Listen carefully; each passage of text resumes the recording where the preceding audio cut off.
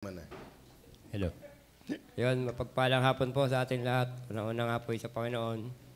At unang-una ko po ipagpapasalamat ay yung kaligtasan. Na alam ko nga po ako ay ligtas. Amen.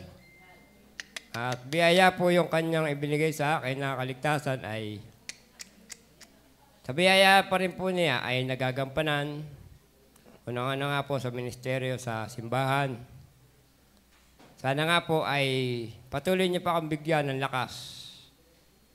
Yung galing, hindi rin sa akin, kundi dahil pa rin po sa Kanya. Salamat po sa patuloy namin nagagampanan ang Family Altar.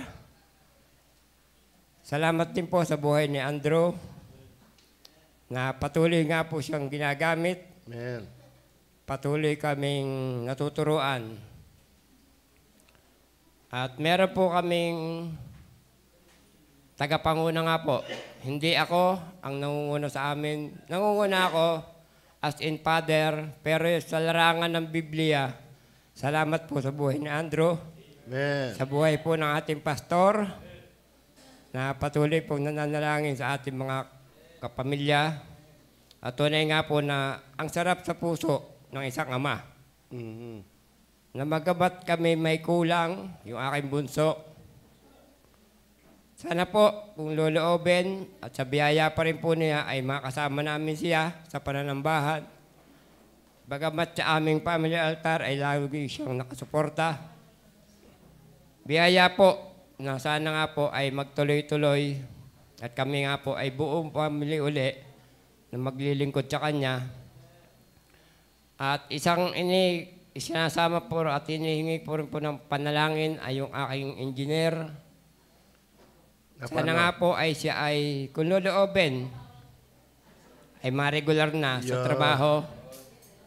Kasi mahirap po ang sitwasyon niya. Nasa Manila siya, tapos yung kanyang commitment para sa iglesia ay mahirap.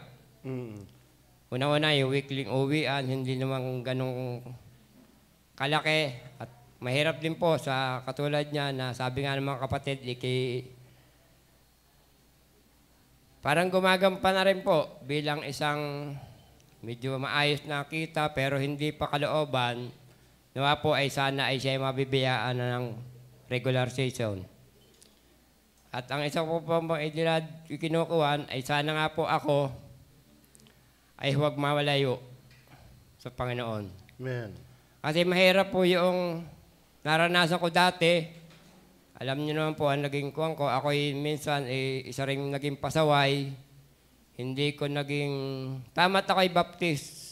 Ngayon ko lang po mga panahon ito na ririli sa aking sarili, mahirap talaga ang lumayo sa Kanya. Hindi naman tayo sa mabuti mapupunta kundi lalo tayong malulubog. Malulubog tayo sa kasalanan.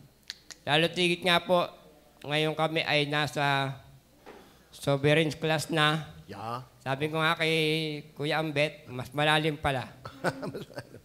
Mas malalim na kilalanin ng Panginoon, pero kung kilala mo siya, hindi ka naman nga niya pababayaan. Salamat po sa buhay ng ating mga teacher na talagang binagkatiwalaan ng Panginoon ng talino kung paano niya maipaliwanag ng tama ang ating pananampalataya. Ilan po at maraming salamat, Panginoon. Amen. Praise the Lord. Talagang mga karne ang ating mga